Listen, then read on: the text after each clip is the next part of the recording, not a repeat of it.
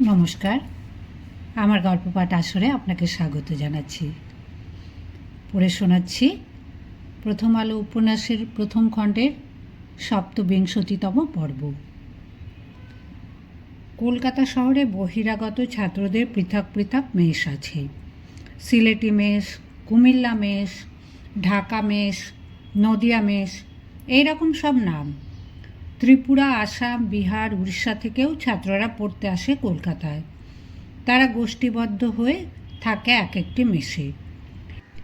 এগুলির মধ্যে সবচেয়ে বিখ্যাত হল ১৯ নম্বর মুসলমান পাড়া লেনের মেসটি। কোনো জেলার নামে নয়, সবাই এটিকে মুসলমান পাড়া মেস বলে জানে এবং যে কোনো জেলা বা প্রদেশের ছাত্ররাই এখানে থাকতে পারে। সাধারণত মেধাবী ছাত্ররাই এখানে এসে ওঠে। প্রতি বছর এই মেসের বেশ কিছু ছাত্র বিভিন্ন পরীক্ষায় কৃতিত্বের পরিচয় দেয়। প্রেসিডেন্সি কলেজের ভরতের সহপাঠীরা অনেকেই থাকে এইসব বিভিন্ন মেসে। কেউ কেউ ভরতকে টেনে নিয়ে যায় নিজেদের মেসে আড্ডা দেওয়ার জন্য। ভরত অবশ্য কুমিল্লা, ত্রিপুরা কিংবা সিলেট মেসে ভুলেও কখনো পা দেয় না। সে তার ত্রিপুরার পরিচয়টা একেবারে মুছে ফেলতে চায়। কোথাও ছাপার অক্ষরে ত্রিপুরা নামটি দেখলেও তার বুক কেঁপে ওঠে। একদিন দুঃস্বপ্ন দেখে সে জেগে ওঠে, যেন জঙ্গলের মধ্যে বুক পর্যন্ত তাকে পুঁতে রাখা হয়েছে। আবার তার দম বন্ধ হয়ে আসছে, তার দম শেষ হয়ে আসছে। কখনো একা একা পথ চলতে চলতে তার মনে হয় তার পরিচয় জানতে পারলে কোনো গুপ্ত ঘাতক এখানেও এসে তাকে হত্যা করে যাবে। একা অবশ্য থাকে না ভরত, তার ৩ জন বন্ধু খুবই ঘনিষ্ঠ। তারা ভরতের বাড়িতে আসে। ভরত ওদের মেসে গিয়ে ঘন্টার পর ঘন্টা সময় কাটায়। যাদুগোপাল রায় থাকে ঢাকা মেসে আর দ্বারিকানাথ লাহিড়ী থাকে মুসলমান পাড়ায়। দুটি মেসের পরিবেশের তফাৎ আছে। ছাত্ররা অধিকাংশই বাবার টাকায় পড়তে আসে। যাদের অবস্থা বেশ সচ্ছল তারা অধ্যয়নটাকেই তপস্যা না করে অন্যান্য দিকে আকৃষ্ট হয়। গ্রাম থেকে কলকাতা শহরের মতন চোখ ধাঁধানো পরিবেশে এসে দেখে যে এখানে সহজে বিশিষ্ট হতে গেলে পয়সা খরচ করতে হয়। পয়সা খরচ করার অনেক পিচ্ছিল পথ আছে। সেসব পথে নিয়ে যাবার জন্য সঙ্গী সাথীরও অভাব হয় না। কিছু কিছু ছাত্র ক্লাসরুমে যাবার বদলে পতিতাপল্লীতে বেহুঁশ হয়ে পড়ে থাকে। মফস্বল থেকে আসা অর্থবান ছাত্রদের নিঃস্ব করার জন্য কিছু কিছু আড়কাঠি লেগেই থাকে। ঢাকা মেসে কিছু ছাত্র আছে এরকম, আর কিছু ছাত্র কট্টর নীতিবাগীশ ব্রাহ্ম। এখানকার পরিচালনা ব্যবস্থা বেশ কঠোর। এই মেসগুলির সম্পর্কে সরকার বা বিশ্ববিদ্যালয়ের কোনো দায়িত্ব নেই, ছাত্ররা নিজেরাই চালায়। এখানেই প্রথম গণতান্ত্রিক পদ্ধতি সম্পর্কে ছাত্রদের কিছুটা অভিজ্ঞতা হয়। প্রতি মাসে একদিন নিজেদের মধ্যে ভোট নিয়ে একজনকে পরিচালক ঠিক করা হয়। সে যে শুধু সমস্ত খরচ চালাবার দায়িত্ব নেবে তাই নয়, প্রয়োজনে কোনো ছাত্রকে শাসনও করতে পারবে। পরের মাসে নতুন কারুকে নির্বাচন করার আগে প্রাক্তন পরিচালক সমস্ত হিসেব নিকেশ এবং কোনো গাফিলতি হলে তার জবাবদিহি করতেও বাধ্য। এছাড়া কিছু কিছু কোড অফ কন্ডাক্ট আছে, যেমন কোনো ছাত্রই মেস বাড়ির মধ্যে মদ এবং নিষিদ্ধ মাংস নিয়ে আসতে পারবে না, পরিচালকের অনুমতি না নিয়ে সারা রাত বাইরে কাটাতে পারবে না, এবং আত্মীয় পরিচয় দিয়েও কোনো স্ত্রীলোককে ভেতরে আনা নিষিদ্ধ। এইসব নিয়মের বিরুদ্ধতা করলে কোনো কোনো ছাত্রকে বহিষ্কার করে দেওয়ারও দৃষ্টান্ত আছে। একটা ব্যাপার দেখে অবশ্য ভারতের মজা লাগে। যাদুগোপালের অতিথি হিসেবে সে ঢাকা মেসে কয়েকবার খেয়েছে। মির্জাপুরের এই ৩ তলা বাড়িটির দোতলায় একটি হল ঘর আছে। সবাই সেখানে মেঝেতে খবরের কাগজ পেতে একসঙ্গে রাত্রের খাবার খেতে বসে। কোনো কোনো ছাত্র জমিদার তনয় কিংবা উচ্চবংশীয় বলে অন্যদের মতন খবরের কাগজের ওপর বসে না, নিজেদের আলাদা পশমের আসন নিয়ে আসে। কারুর কারুর সঙ্গে থাকে ঘিয়ের শিশি কিংবা সন্দেশ, রসগোল্লা বা মিষ্টি দইয়ের ভাঁড়। সেগুলি শুধু নিজের জন্য, অন্যদের দেবে না। ভরত এরকম আগে দেখেনি। তার ধারণা ছিল একসঙ্গে খেতে বসলে সবাই একরকম খায়। অঘনাথ বাণিজ্য নামে বিক্রমপুরের একটি ছাত্র আরও একটি বিচিত্র কাণ্ড করে। রান্নার ঠাকুরটিকে সে ঠিক বিশ্বাস করে না। তার ধারণা লোকটির গলায় পইতে থাকলেও সে বদ্যি বামুন, আসল ব্রাহ্মণ নয়। তাই সে একটা ছোট হাঁড়িতে নিজের জন্য রোজ ভাত ফুটিয়ে নেয়। কিন্তু ঠাকুরের রান্নার ডাল, তরকারি, মাছের ঝোল খেতে তার আপত্তি নেই। অন্য ছেলেরা ঠাট্টা করে বলে, আরে অভয়রা, ঠাকুরের রান্না খাইলে যদি তোর গাইড যায়, তাহলে ডাইল মাছের ঝুল খাস কেমনে? ভাত ছাড়া আর কিছু রাঁধতে জানোস না বুঝি? অঘনাথ নিরীহভাবে উত্তর দেয়, না রে ভাই, আমি জাত টাত বুঝি না। আসবার সময় আমার মা মাথা দিব্যি দিয়ে বলে দিয়েছে, অব্রাহ্মণের হাতে ভাত খাবি না। আমি সত্যভ্রষ্ট হতে পারবো না। বাড়ি গেলে বলবো, না মাগো, কথা রেখেছি, অন্য জাতের রাধা ভাত খায়নি। কেউ কি জিজ্ঞেস করে অব্রাহ্মণের হাতে ডাল খেয়েছিস, ঝোল খেয়েছিস? তাই ওগুলো নিয়ে আমার মাথা ব্যথা নেই। ভরতের বন্ধু যাদুগোপাল ব্রাহ্ম। সে মাঝে মাঝে ভরতকে তাদের প্রার্থনা সভায় নিয়ে যায়। ভরত কিন্তু প্রার্থনায় কখনো যোগ দেয় না, বাইরে বসে পত্রপত্রিকা পড়ে। তার মা নেই, বাবা নেই, কোনো পরিবারের সঙ্গে যোগসূত্র নেই। তার জীবনে ঈশ্বরেরও কোনো ভূমিকা নেই। সে একবার মৃত্যুদণ্ড পেয়েছে, চরম ক্ষুধায় কষ্ট পেয়েছে। এসব শাস্তি তাকে কে দিয়েছেন? ঈশ্বর। তাহলে তিনি কিসের করুণাময়?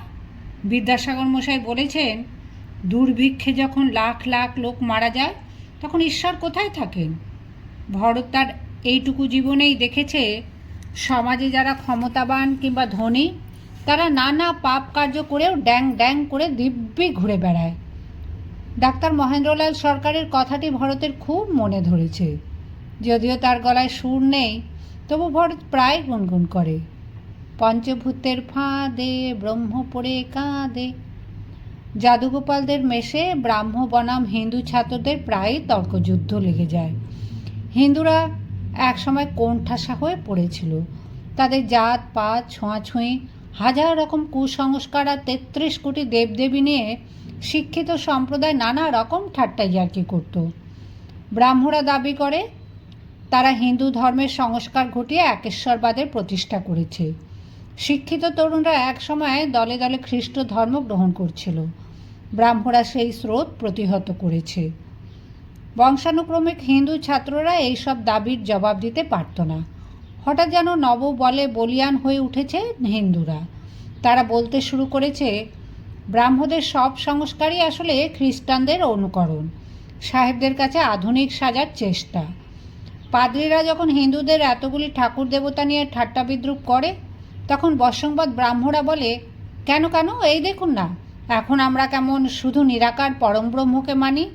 আরে বাবা, খ্রিস্টানদের জবাব দেবারই বা কী দরকার? সাহেবরা যে গির্জায় গিয়ে যিশুর মূর্তির পায়ের কাছে কেঁদে ভাসায়, সেটা বুঝি মূর্তি পূজা নয়? এতগুলো ঠাকুর দেবতা নিয়েও তো হিন্দু সমাজ কয়েক হাজার বছর ধরে বেশ টিকে আছে। যার ইচ্ছে যে কোনো দেব বা দেবীকে ইষ্ট দেবতা বলে মানে, কেউ কিছুই মানে না। এমনকি নাস্তিকও হিন্দু থাকতে পারে। এখনকার হিন্দু ছাত্ররা জোরালো সমর্থন পাচ্ছে মহামান্য লেখক বঙ্কিমচন্দ্রের কাছ থেকে। শশধর তর্ক চূড়ামণি নামে এক পণ্ডিতের আগমন হয়েছে শহরে। তিনি আবার মাথায় টিকি রাখা, একাদশীর উপোস, পূর্ণিমায় গঙ্গা স্নান, অমাবস্যার দিন লাউ কিংবা বেগুন না খাওয়ার বৈজ্ঞানিক ব্যাখ্যা দিতে শুরু করেছেন। এই উগ্র হিন্দুদের কেউ কেউ কেশবপন্থীদের আরও বিদ্রুপ করে বলে, তোদের কেশববাবু আর ব্রাহ্ম রইলেন কোথায় রে? এখন তো তিনি বৈষ্ণব, মহাপ্রভুর অবতার, নাচতে নাচতে কাঁদেন। অবশ্য সম্প্রতি কেশবচন্দ্রের মৃত্যুতে হিন্দু ব্রাহ্ম সব ছাত্ররাই শোক পালন করেছে।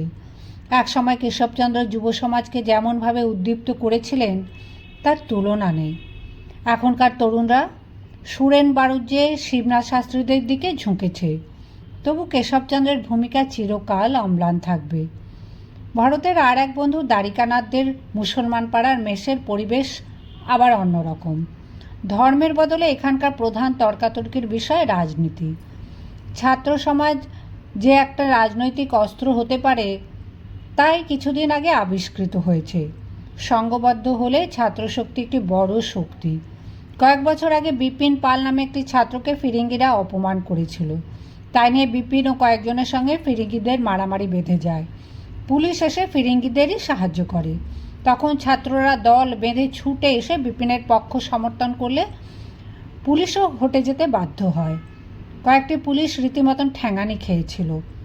প্রেসিডেন্সি কলেজের একজন সাহেব অধ্যাপক ভারতীয়দের সম্পর্কে খারাপ মন্তব্য করেছিলেন। একটি সেকেন্ড ইয়ারের ছাত্রকে স্কুলের ছেলের মতন বেঞ্চের ওপর দাঁড়াতে বলেন। তাতে সমস্ত ছাত্ররা একযোগে প্রতিবাদ জানায়। অধ্যাপক মশাই ভয় পেয়ে লুকিয়ে পড়লেও ছাত্ররা সিঁড়ি অবরোধ করে রাখে। শেষ পর্যন্ত অধ্যাপক মিস্টার বেলেট যখন অন্য কয়েকজনকে সঙ্গে নিয়ে বাড়ি যাবার চেষ্টা করলেন, একটি ছাত্র বেশি বাড়াবাড়ি করে তার মাথায় লক্ষ্য করে ইট ছুঁড়ে মারে। যাই হোক, মিস্টার বেলেটের মাথায় বেশি লাগেনি, শুধু টুপিটা খুলে পড়ে গিয়েছিল। ছাত্ররা টের পেল সংঘবদ্ধ প্রতিবাদের জোর। মুসলমান পাড়া মেসের এককালের বাসিন্দা ছিলেন আনন্দমোহন বসু। এরকম মেধাবী ছাত্র এখনও আর একটিও আসেনি। আনন্দমোহন এই মেসে থাকতে থাকতেই প্রেমচাঁদ রায়চাঁদ স্কলার হয়ে 10,000 টাকা পান। তারপর বিলেত গিয়ে আরও অসাধারণ কৃতিত্বের পরিচয় দেন। কেমব্রিজে তিনি ভারতীয়দের মধ্যে প্রথম র্যাংলার অর্থাৎ গণিতে প্রথম শ্রেণীর সম্মানসহ স্নাতক হয়েছিলেন। শুধু কৃতবিদ্যই নন, আনন্দমোহন দেশ ও সমাজ মনস্ক। কলকাতায় ফিরে তিনি স্থাপন করলেন ক্যালকাটা স্টুডেন্টস অ্যাসোসিয়েশন। এই প্রথম কলকাতায় ছাত্ররা একটি সমিতির অন্তর্ভুক্ত হলো। এখন ছাত্র আন্দোলনে এই সমিতি নেতৃত্ব দেয়। আনন্দমোহনের সঙ্গে সঙ্গে সুরেন্দ্রনাথও এসে যোগ দিয়ে এই সমিতির ছাত্রদের মাতিয়ে তুললেন। আনন্দমোহন এবং সুরেন্দ্রনাথ এখনও মুসলমান পাড়ার এই মেসে মাঝে মাঝে আসেন, নতুন ছাত্রদের সঙ্গে পরিচিত হতে চান। রাজনীতি ছাড়াও এই মেসে খাওয়া দাওয়াও হয় বেশ ভালো। নিত্য নৈমিত্তিক ডাল ভাত মাছের ঝোল তো আছেই, তাছাড়াও ধনী ছাত্রদের কেউ কেউ একদিন মেসের সব বাসিন্দাদের মাংস কিংবা পোলাও কিংবা রাবড়ি খাওয়াবার খরচ দেয়। মুরগির মাংস এই মেসে নিষিদ্ধ নয়। দ্বারিকানাথ একদিন একাই 4টি আস্ত মুরগি খেয়ে সবাইকে তাক লাগিয়ে দিল। দ্বারিকানাথ প্রায় বড়াই করত সে 4খানা মুরগি খেতে পারে। সে বঙ্কিমচন্দ্রের শিষ্য। বঙ্কিমবাবু নাকি তাকে বলেছেন, তিনি যখন উড়িষ্যার জাজপুরে চাকরি করতেন তখন প্রতিদিন 4টি আস্ত মুরগি ও 4টি ডিম খেতেন। এখনও 2টো মুরগি অনায়াসে খেতে পারেন। যারা বেশি মাথার কাজ করে তাদের বেশি বেশি ভালো খাবার খেতে হয়। দ্বারিকানাথের দাবি, তার গুরু যদি 4টে মুরগি খেতে পারেন, সে শিষ্য হয়ে পারবে না? কয়েকটি ছেলে তার সঙ্গে বাজি ধরেছিল। 4খানা বড় আকারের মুরগি রান্না করে সাজিয়ে দেওয়া হলো তার সামনে। কার্পেটের আসনে বাবু হয়ে বসে খেতে শুরু করার আগে সে বলল, ওরে, রামমোহন রায় একটা গোটা পাঁঠার মাংস খেতে পারতেন, বঙ্কিমচন্দ্র 4টে মুরগি খান, তোরা একটাও সাবার করতে পারিস না? বাঙালির কি অধঃপতন! সত্যি সত্যি দ্বারিকানাথ সেই 4খানা মুরগি শেষ করে বিরাট এক ঢেঁকুর তুলল। তারপর মুচকি হেসে বলল, এরপর একটু সিরাপ খাবো, তাতেই সব হজম হয়ে যাবে। বঙ্কিমবাবুর নাম শুনলেই ভরতের হৃদস্পন্দন বেড়ে যায়। সে ঈশ্বর মানে না, কিন্তু বঙ্কিমচন্দ্র তার আরাধ্য দেবতা। বঙ্কিমচন্দ্রের রচনাকে কেন্দ্র করেই ভরতের জীবনের আমূল পরিবর্তন ঘটে গেছে।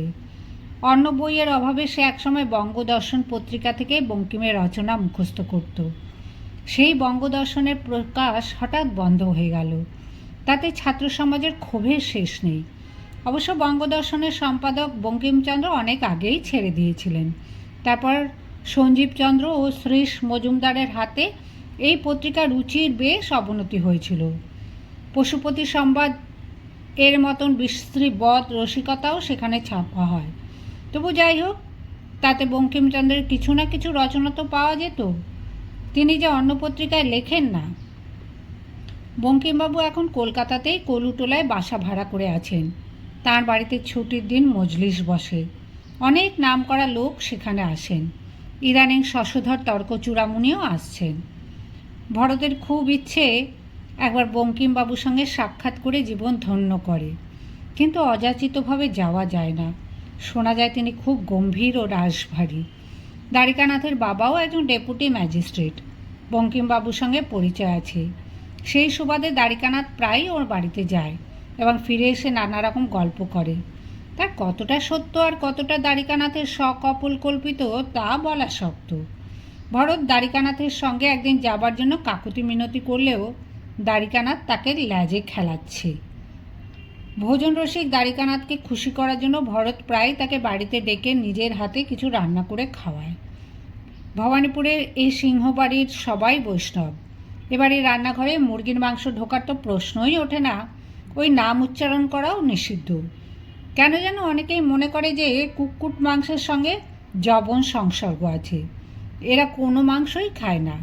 মাছ রান্না হয় অবশ্য, তাও বাছবিচার করা 3-4 রকম মাত্র। ভরত এই ব্যাপারটা বোঝে না। মহারাজ বীরচন্দ্র মাণিক্যও বৈষ্ণব, কিন্তু রাজবাড়িতে খাওয়া দাওয়ার ব্যাপারে কোনো ছুঁতমার্গ নেই। ত্রিপুরায় পাঁঠা, খাসি, বনমোরগ, খরগোশ, হরিণ, মোষ সব রকম মাংসই চলে। মুসলমানদের বাড়িতে গোমাংসও চলে। সেখানে আমন্ত্রিত হয়ে কোনো হিন্দু আহারাদি করলেও তার জাত যায় না। বাংলার নিয়ম অন্যরকম। সিংহবাড়ির লোকজনদের সঙ্গে ভরতের বনিবনা নেই তেমন। সে শশীভূষণের অংশের প্রতিনিধি বলে কেউ তাকে ঘাঁটায় না বটে, কথাবার্তাও বলে না বিশেষ। বারোয়ারি রান্নাঘর থেকে ভরতের জন্য খাবার আসার কথা, কিন্তু দিনের পর দিন ঝালহীন মশলাহীন রান্না আর ভালো লাগে না তার। এখন তার অবস্থাও কিছুটা সচ্ছল। প্রেসিডেন্সি কলেজে ভর্তি হবার পর গৃহশিক্ষক দুজনকে রাখার আর প্রয়োজন হয় না। এখন সে দোতলায় তার ঘরের পাশের বারান্দায় একটি ছোট্ট রান্নাঘর বানিয়ে নিয়েছে। রান্না শিখতেও তার দেরি হয়নি। প্রায় অদৃশ্যভাবে এবং নিঃশব্দে তার রান্নার অনেক কিছু জোগাড় যন্ত্র করে দিয়ে যায় ভূমিসুতা। ভরত তাকে আসতে বারণ করে, তবু সে কিছুতেই শুনবে না। স্ত্রী জাতি সম্পর্কে ভরতের মনে একটা বিতৃষ্ণা ও ভীতির ভাব আছে। মাতৃস্নেহ পায়নি সে, স্নেহ ব্যাপারটাই তার কাছে অজ্ঞাত। তার কলেজের কিছু কিছু সহপাঠী যখন নারী সম্ভোগ বিষয়ে রসালাপ করে, গা ছমছমিয়ে ওঠে ভরতের। সে সেখান থেকে সরে যায়। তার মনে হয় ওই ছেলেগুলি স্বেচ্ছায় বিপদের মধ্যে ঢুকতে চাইছে। একটি মেয়ে তো শুধু স্ত্রী জাতির একজনই নয়, সে মানুষও বটে। পুরুষ ও স্ত্রী যে একই মানব শ্রেণীর অন্তর্গত, ভরত তাও বোঝে। মানুষের বিপদে মানুষই তো পাশে দাঁড়ায়। ভরত জানে যে ভূমিসুতা তার কাছে বেশি যাওয়া আসা করলে একটা কিছু গোলযোগ ঘনিয়ে উঠবে। ত্রিপুরা রাজবাড়ির মতন হয়তো এ বাড়ির আশ্রয়ও ছাড়তে হবে ভরতকে। অপরপক্ষে ওই ভূমিসুতা নামের মেয়েটিও যে বিপদের মধ্যে আছে তাও ঠিক। সে প্রায় একটি কৃতদাসী, সুতরাং তার মাংসের ওপর অধিকার আছে যার তার। এমনকি রান্নাঘরের ঠাকুরেরাও তার ওপর জোর জবরদস্তি করে। তাই ভূমিসুতা ভরতের কাছে আশ্রয় পাওয়ার জন্য ছুটে আসে। কিন্তু ভরত তাকে কীভাবে আশ্রয় দেবে? ভরতকে এখন মন দিয়ে পড়াশোনা করতে হবে। এমএ পরীক্ষা না দেওয়া পর্যন্ত সে থামবে না। তারপর ডেপুটি ম্যাজিস্ট্রেটের চাকরি জোগাড় করতে পারলে সে স্বাবলম্বী হবে। সরকারি অফিসার হলে কেউ আর তার গায়ে হাত ছোঁয়াতে পারবে না। এমনকি সে তখন ইচ্ছে করলে ত্রিপুরাতেও ফিরে যেতে পারে। জন্মভূমির কথা ভেবে মাঝে মাঝে ভরতের বুক টনটন করে। তাছাড়া কলেজে ঢুকে ভরত এক বৃহত্তর জগতের সন্ধান পেয়েছে। দেশ, সমাজ, ধর্ম, পরাধীনতা এইসব নিয়ে সে এখন চিন্তা করে। সারা বিশ্বে ভারতের স্থান এখন কোথায় তা নিয়ে মাথা ঘামায়। সে অনুভব করছে যে এদেশের মানুষের মানসিকতার একটা পরিবর্তন ঘটে যাচ্ছে এবং তাতে তারও একটা ভূমিকা আছে। এইসব রোমাঞ্চকর সম্ভাবনা ছেড়ে সে কি নিতান্ত একটা মেয়ের জন্য ঝঞ্ঝাটে জড়িয়ে পড়বে? এ বাড়ি থেকে বিতাড়িত হলে সে অকুল পাথারে পড়বে, তার পড়াশোনাও শেষ হয়ে যাবে। ভূমিসুতার মতন আশ্রিতা মেয়েরা শেষ পর্যন্ত বাবুদের ভোগেই লাগে, তারাও তা মেনে নেয়। কিন্তু এই মেয়েটি কিছুটা পড়াশোনা শিখেছে, ওর মনের অন্ধকারে ফাটল ধরে সেখানে ঢুকেছে বাইরের আলোর রশ্মি। তাই ও অমন কদর্য জীবন মানতে পারে না। ওর সঙ্গে দু একবার কথা বলে ভরত তার টের পেয়েছে, কিন্তু ভরতও যে অসহায়। একবার সে ভেবেছিল মেয়েটিকে থিয়েটারের দলে ভিড়িয়ে দেবে। এই ব্যাপারে সে তার বন্ধু যাদুগোপালের সাহায্য চেয়েছিল। যাদুগোপালের সঙ্গে প্রখ্যাত নট অর্ধেন্দু শেখরের সামান্য আত্মীয়তা আছে, সেজন্য যাদুগোপালের মাধ্যমে গেলে অর্ধেন্দু শেখর হয়তো প্রস্তাবটি বিবেচনা করে দেখবেন। কিন্তু যাদুগোপাল একথা শুনেই ঘোর আপত্তি জানালো। ব্রাহ্মণ নৈতিকতায় ঝলসে উঠে সে বলেছিল, তুই কী রে ভরত, একটা জলে ডোবা মেয়েকে উদ্ধার করতে গিয়ে তুই নোংরা পাকে তার মাথা ঠসে দিবি? থিয়েটারে গেলে ওর নষ্ট হতে 2 দিনও লাগবে না। বাড়ির থেকে থিয়েটারের পরিবেশ ভালো, বাড়িতে যদি বা বাঁচার আশা থাকে থিয়েটারে গিয়ে ঘাগি বেশ্যা হবে, তার জন্য তুই দায়ী হবি। এরপর ভরত হাল ছেড়ে দিয়েছিল। ভূমিসুতার ভাগ্য সে বুঝে নিক। সে একদিন কঠিন মুখ করে ভূমিসুতাকে জানিয়ে দিল, তুমি আর কখনো আমার কাছে আসবে না। কাছে আসে না ভূমিসুতা, দূরেই থাকে। ভরত তাকে দেখতে পায় না, কিন্তু তার ঘোরাফেরা টের পায়। ভরত ঘর থেকে বেরুলেই সে পালিয়ে যায় এক ছুটে। এরই ফাঁকে ফাঁকে সে কখন যেন ভরতের এঁটো বাসন মেজে দেয়, কুঁজোয় জল ভরে রাখে, রান্নার জন্য মশলাপাতি বেটে তরকারি কুটে রাখে। কিন্তু গান আর সে গায় না, নাচেও না। সকালবেলা যখন সে বাগানে ফুল তুলতে যায়, তখন ভরত দোতলার বারান্দায় এসে দাঁড়ালেই সে লুকিয়ে পড়ে ঝোপের আড়ালে। ভরতকে সে কিছুতেই দেখা দেবে না। ভরত সন্ধ্যাবেলা সেজ বাতি জেলে পড়াশোনা করে। সেই সময় তার ঘরের বাইরে দেওয়ালে ঠেস দিয়ে বসে থাকে ভূমিসুতা। সে স্থানটি অন্ধকার, তবু সেই অন্ধকারে তার নিরাপদ আশ্রয়। এই সময়টাই তার ভয়ের সময়। যমজ ভাই দুটি এখনও আশা ছাড়েনি। তারা ভূমিসুতার সন্ধানে ছোঁক ছোঁক করে ঘুরে বেড়ায়। রান্নাঘরের ঠাকুরদেরও সন্ধ্যের পর কাজ কম থাকে। তারা নানান ছুতোয় ভূমিসুতাকে ডাকার চেষ্টা করে। ভূমিসুতা তখন নিশ্চিন্তে অন্ধকারের মধ্যে দেওয়ালে ঠেস দিয়ে বসে থাকে। যমজ ভ্রাতৃদ্বয় ভরতের হাতে একদিন গলা ধাক্কা খেয়ে আর এদিকে আসতে সাহস পায় না। যারা লেখাপড়ায় মোটেই এগোয়নি, তারা কলেজে পড়া ছেলেদের ভয় পায়। শুধু শারীরিক আঘাতের ভয় নয়, কথার ভয়। কলেজের ছাত্রদের কথার তেজে গুরুজন শ্রেণীর লোকও কুঁকড়ে যায় ভয়ে। রান্নার ঠাকুররা ভরতকে সমীহ করে। দেশে চিঠি পাঠাবার সময় ঠিকানা লেখাবার জন্য ভরতই তাদের ভরসা। পড়তে পড়তে মাঝে মাঝে উঠে পায়চারি করা ভরতের স্বভাব। মাঝে মাঝে সে জোরে জোরে পাঠ্য বিষয় আবৃত্তি করে। শুধুই কবিতায় নয়, গদ্য। ভাষা শিক্ষার জন্য গদ্য মুখস্থ করা খুব প্রয়োজনীয় মনে হয় তার কাছে। বাংলা ভাষার ব্যাকরণ বই বিশেষ নেই। বঙ্কিমের গদ্য রচনা মুখস্থ করে সে বাক্যের গড়ন শেখে। আনন্দমঠ বইখানি খোলা থাকে। সে চোখ বুজে উচ্চারণ করে, ভবানন্দ রঙ্গ দেখিতেছিল। ভবানন্দ বলিল, ভাই, ইংরেজ ভাঙিতেছে, চলো একবার উহাদিগকে আক্রমণ করি। তখন পিপিলিকার স্রোতবৎ সন্তানের দল নতুন উৎসাহে পুল পাড়ে ফিরিয়া আসিয়া ইংরেজদিগকে আক্রমণ করিতে ধাবমান হইল। বলতে বলতেই ভরত ভাবে, ইংরেজদিগকে আক্রমণ করিল, না লিখে বঙ্কিম লিখেছেন আক্রমণ করিতে ধাবমান হইল। কত বেশি ভালো শোনায়, ছবিটা স্পষ্ট দেখা যায়। প্রতিদিনই ভরত টের পায় যে ঘরের বাইরে অন্ধকারে ভূমিসুতা বসে আছে।